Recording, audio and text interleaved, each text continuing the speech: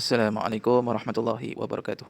Okey, hari ini kita nak masuk tata bahasa, iaitu kita nak belajar tentang kata ganti nama diri.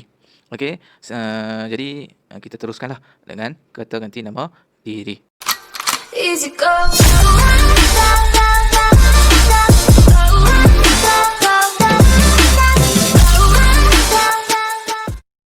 So kita kenali maksud untuk kata ganti nama diri. Apakah maksud yang diberikan untuk kata ganti nama diri? Baik, kata ganti nama diri ini kita gunakan untuk menggantikan nama orang.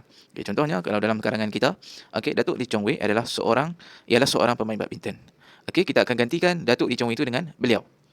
So sebab apa kita pakai beliau, tak pakai dia? Kita akan ikutilah kelas cikgu yang seterusnya. Baik, so kita tengok kepada sini dia terbahagi kepada 3.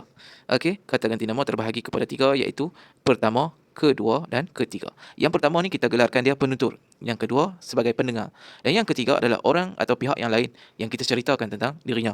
Baik, lagi bilangan penutur atau pendengar ni sama ada tunggal ataupun jamak. Jamak ni lebih daripada seorang lah, banyak. Baik. Golongan pengguna kita ada 3 golongan, iaitu moden, Melayu lama, klasik, hamba. Datangnya hamba kemari membawa hajat, iaitu ingin menyunting bunga di taman.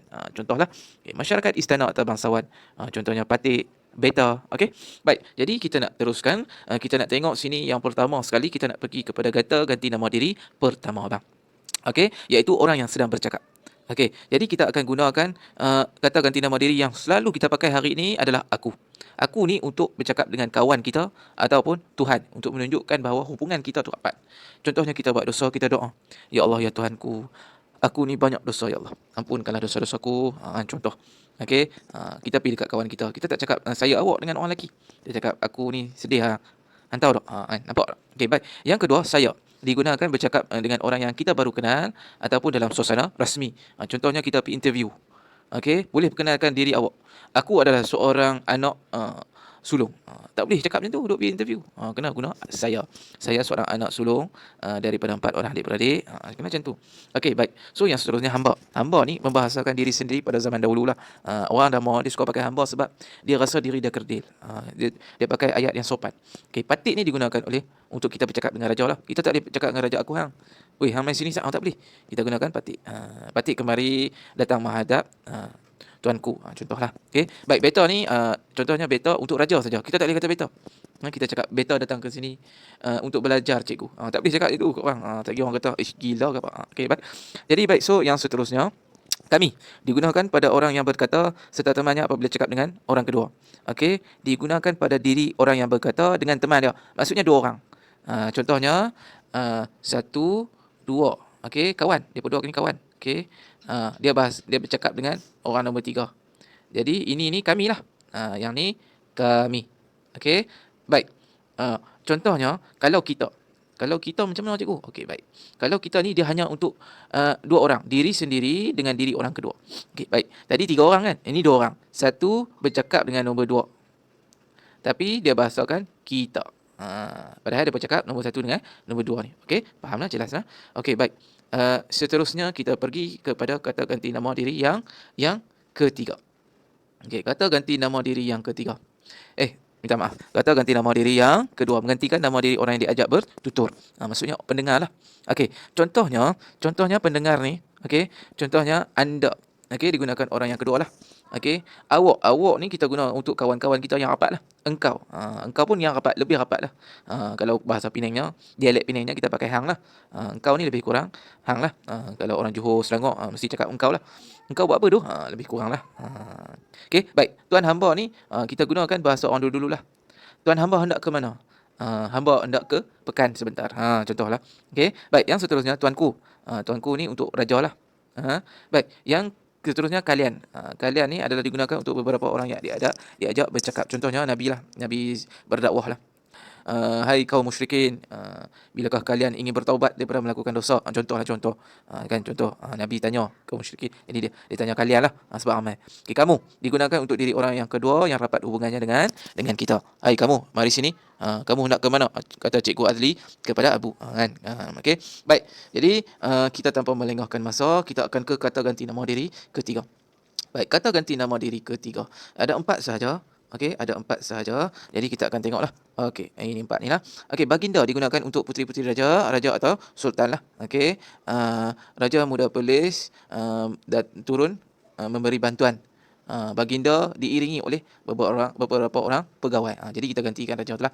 Okey, beliau digunakan untuk orang yang kita hormati. Ingat dah balik, kita ingat balik yang cikgu buat ayat Datuk Lee Chong Wei tu. Okey, Datuk Lee Chong Wei adalah pemain badminton. Kita tak boleh pakai dia, kita kena pakai beliau sebab dia kita katakan sebagai orang kita hormatilah, sebagai tokoh. Okey, contohnya Dr. Mahathir, bekas Perdana Menteri. Okey, Dr. Mahathir adalah bekas Perdana Menteri Malaysia. Beliau merupakan tokoh ataupun pemimpin yang paling lama memerintah di Malaysia. Contohlah. Okey, dia dan ia ni untuk orang lah, macam orang biasa. Contohnya kita kata pencuri. Pencuri itu ditangkap kerana mencuri. Beliau telah dimasukkan ke penjara. Bolehkah kita pakai beliau? Tak boleh. So kita kena pakai dia lah. Okey, baik, yang seterusnya mereka digunakan untuk orang yang bilangannya lebih daripada seorang. Okey, contohnya okey, contohnya mereka ni kita gunakan contohnya ayat dia macam ni lah. Okey, Azli, adakah kamu nampak pelajar tingkatan 2 yakin? Minta maaf cikgu, saya nampak mereka bermain bola di padang. Okey, nampak tak? Okey, kita gunakan mereka. Okey, jadi kita masuk ke latihan sedikit. Kita nak tengok latihan sedikit. Baik, jadi kita nak tengok nombor 1. Okey, sebab apa salah kita guna kami ni? Okey, kita baca dulu ayat. Kami tidak harus mengalah sebelum perlawanan bermula, kata Mufti kepada Azrul. Jadi ini melibatkan 1 tambah 2. Jadi kita tak boleh pakai kami, kita kena pakai kita. Jadi kita lah. Kalau kami ni 1 tambah 2, cakap dengan 3. Macam tu contohlah. Okey, ingatlah formula dia. Baik. So yang seterusnya, kereta itu sungguh mahal kerana ianya diimport. Jadi yang kereta ni kita tak perlu pakai ianya. Terus saja kerana diimport dari Jepun. Tak perlu nak pakai kereta itu sungguh mahal kerana beliau diimport. Beliau pula. Tak boleh nah. Okey, baik. Beliau diberkas kerana terlibat dalam kes penipuan. Orang jahat kita tak bagi beliau. Kita tak sanjung orang jahat. Okey, jadi kita pakai dia. Okey, hamba mohon maaf atas kesalahan hamba. Kata Paduka Ali kepada Sultan Mansur. Jadi bila kita cakap dengan raja, tak semestinya kita letak hamba. Kita mesti letak patik. Orang biasa cakap dengan raja, kita bahasakan diri kita patik. Okay, kaki tangan syarikat ini sedia menolong engkau. Kasar ni cakap. Jadi tak boleh sebab kita tak kenal orang tu. Jadi kita tak boleh pakai engkau. Kita kena pakai anda. Okey, baru sopan.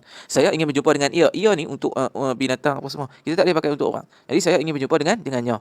Okey. Baik, yang seterusnya, mereka sedang bermain bola di padang. Okey. Kesalahan dia sini, kita tak boleh buat mereka-mereka sebab 1 mereka tu pun dah menunjukkan ramai. Bila awak pakai 2 mereka, jadi salah. So kena pakai mereka. Baik. Yang seterusnya. Okey, untuk yang setakat ini cikgu harap kamu fahamlah sebuah sedikit tentang kata ganti nama diri lah. So kita pergi ke ringkasan dia. Jadi ada ringkasan ni, kita boleh tengoklah di sini beberapa jenis kata ganti nama diri. Okey, baik, itu saja pada cikgu. Cikgu akan sertakan latihan kepada kamu. Okey, Assalamualaikum warahmatullahi wabarakatuh.